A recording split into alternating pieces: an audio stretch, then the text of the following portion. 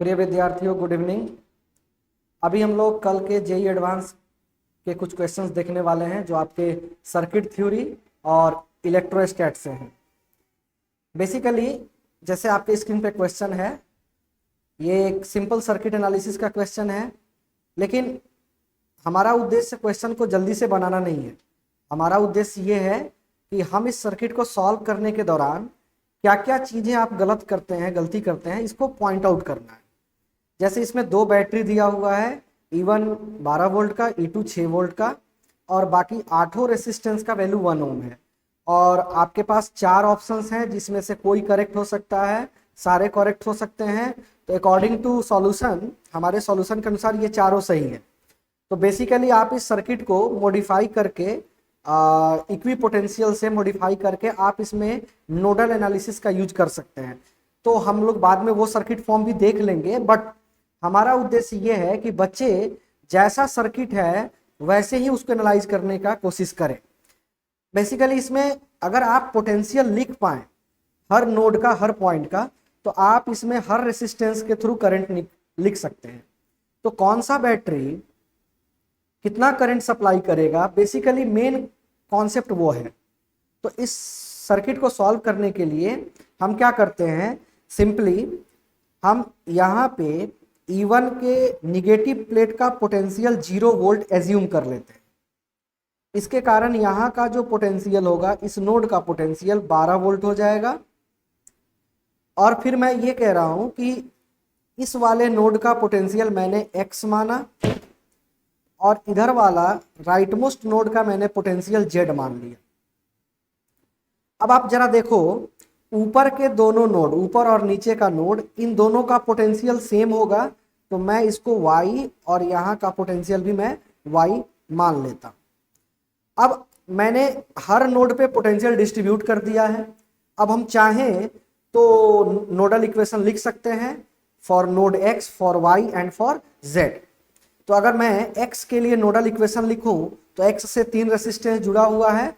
अगर आप इक्वेशन लिख सकते हैं तो लिखिए।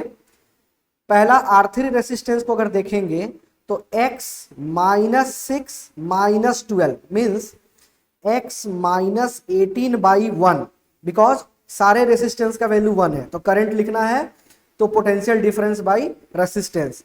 तो R3 रेसिस्टेंस से जो आपका करंट होगा वो होगा X -18/1, तो 1 मैं नहीं इंक्लूड कर रहा हूं।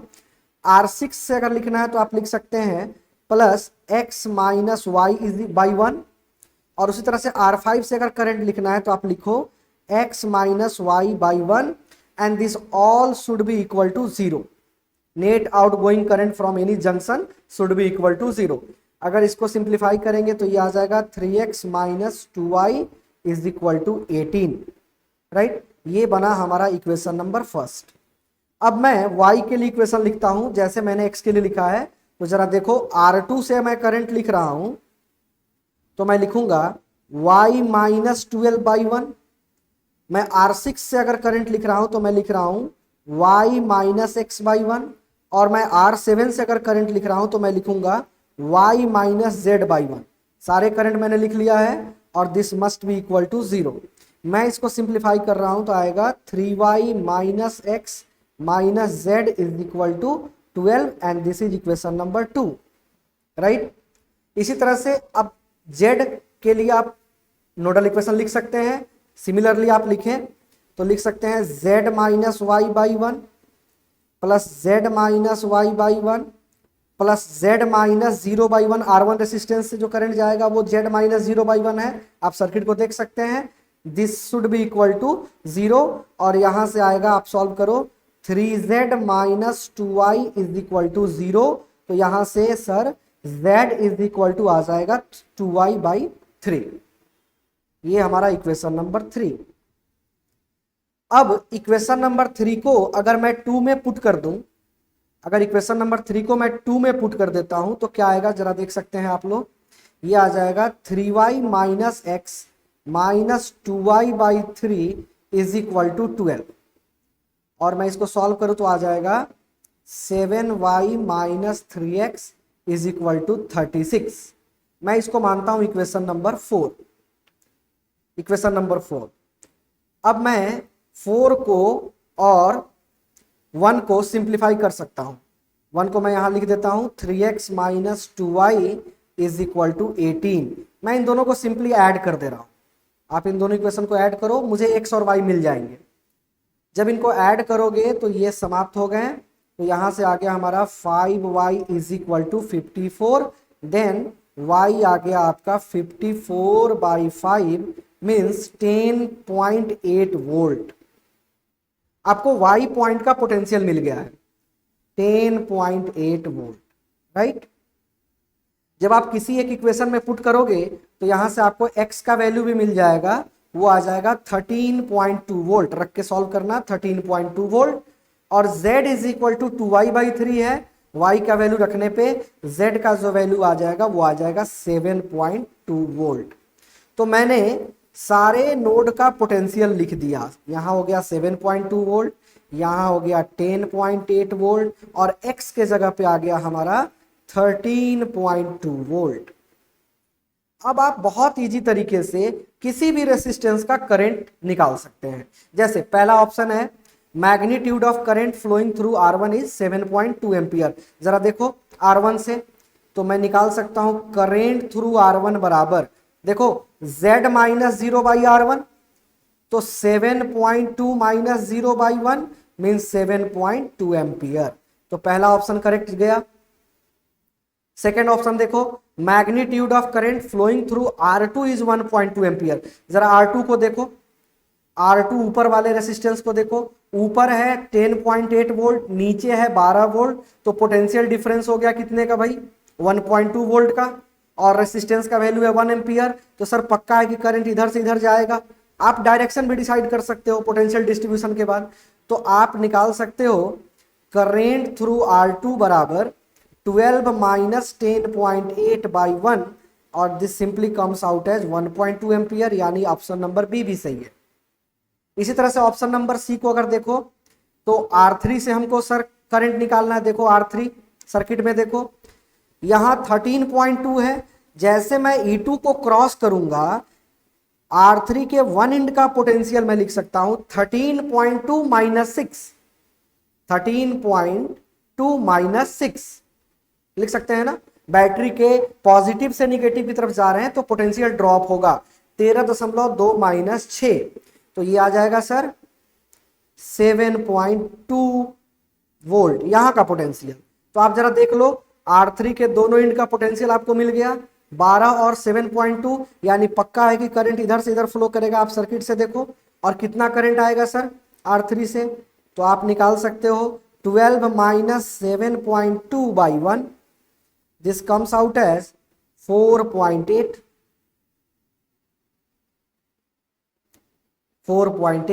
एम्पियर। मीन्स आपका ऑप्शन सी भी सही है।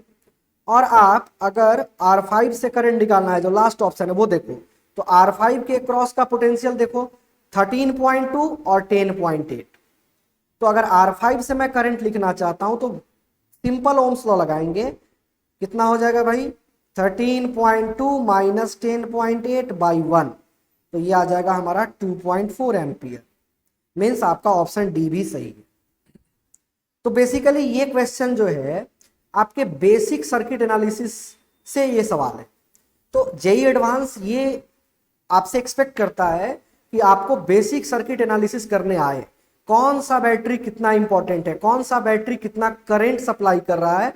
तो अगर आपको पोटेंशियल डिस्ट्रीब्यूट करना अगर आता है तो आप सर्किट को बिना मॉडिफाई किए आप उस सर्किट के प्रत्येक रेसिस्टेंस से करंट निकाल सकते हैं।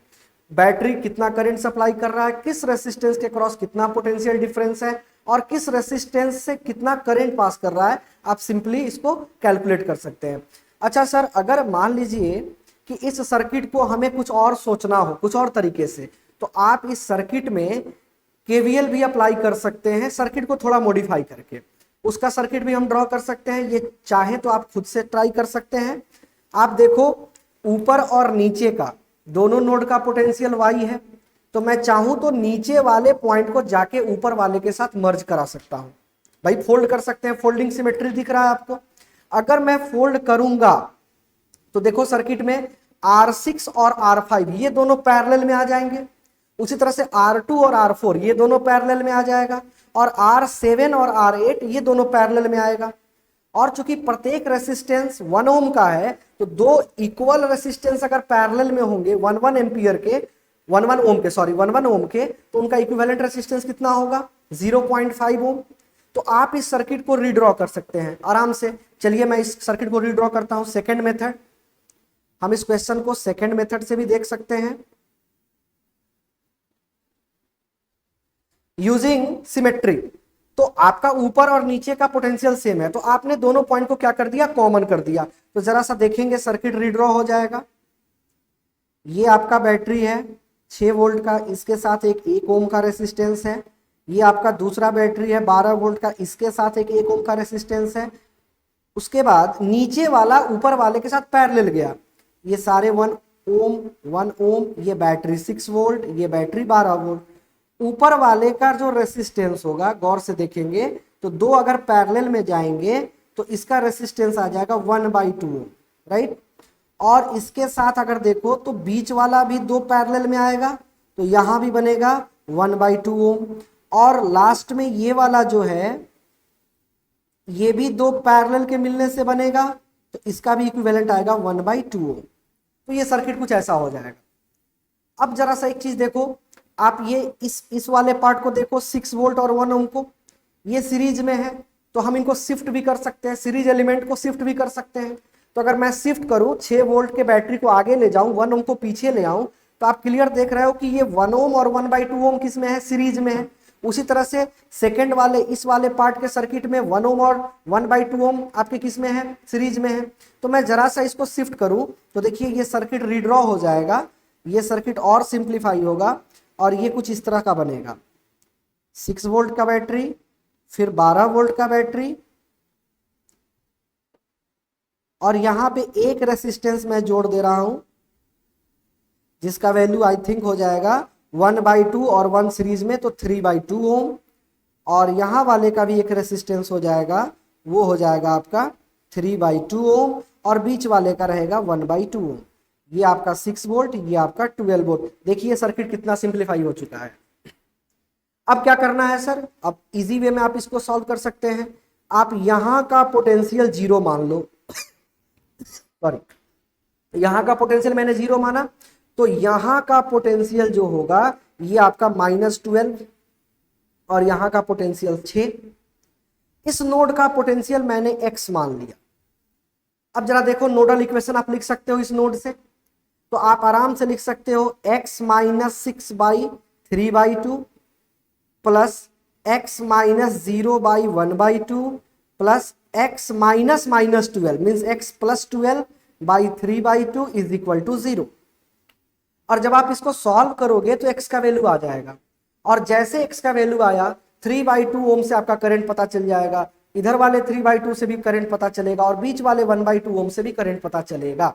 लेकिन अगर आपने इससे करंट निकाला तो आपको जब R1, R2 और R3 से करंट बताना है, जो कि आपके क्वेश्चन में है, इसके लिए आपको इस सर्किट को वापस सोचना होगा ओरिजिनल फॉर्म में। क्यों? क्योंकि 3/2 ओम जो बना वो 1 ओम और 1/2 ओम के सीरीज से बना, और 1/2 ओम कैसे बना? दो 1 ओम के पैरेलल से बना, मींस R6 और R5 के पैरेलल कॉम्बिनेशन से बना। तो अगेन आपको करंट को डिस्ट्रीब्यूट करना पड़ेगा। तो इससे सवाल तो इजी वे में बनेगा, आसानी से बनेगा, बट मेरा ये प्रोसेस है, मेरा ये मानना है कि हमको सवाल का आंसर सिर्फ नहीं बताना है। आपके पास इनफ टाइम होता है जेईई एडवांस में। अगर आपने पोटेंशियल डिस्ट्रीब्यूट करना सीखा है, अगर आपने सर्किट को बेसिक तरीके से सॉल्व करना सीखा है, तो ये जो मैथमेटिकल इक्वेशंस है, 3 वेरिएबल 3 इक्वेशन, इनको सॉल्व करने में आई थिंक आपको 3 से 4 मिनट लगेंगे, मुश्किल से 3 से 4 मिनट लगेंगे। लेकिन अगर आपने एक बार इसको सॉल्व किया तो आप ईच एलिमेंट से करंट को आसानी से निकाल सकते हैं, जिसमें एरर का चांस बहुत कम होगा। तो आई थिंक कि ये आपका बेसिक कॉन्सेप्ट को मजबूत करता हुआ सवाल था, जिसमें मुझे लगता है कि जिस बच्चे को बेसिक इलेक्ट्रिक सर्किट का नॉलेज हो, बैटरी का नॉलेज हो, लोड का नॉलेज हो, इक्विपोटेंशियल पॉइंट्स का नॉलेज हो, वो इजी वे में सॉल्व कर सकता है। आप चाहें तो इस सर्किट को रिड्यूस करके और केवीएल से भी बना सकते हैं। बहुत सारे मेथड हो सकते हैं सवाल को बनाने का। आप यहाँ पे जो मैंने सर्किट को रिड्यूस किया, आप केवीएल भी लगा सकते हो। 2 लूप है, 2 लूप में 2 करंट मानेंगे, फिर आप सॉल्व कर सकते हैं।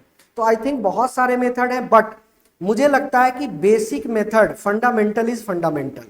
So you should be confident about fundamental concept of source, battery, source means battery DC circuit में, एंड लोड। Thank you.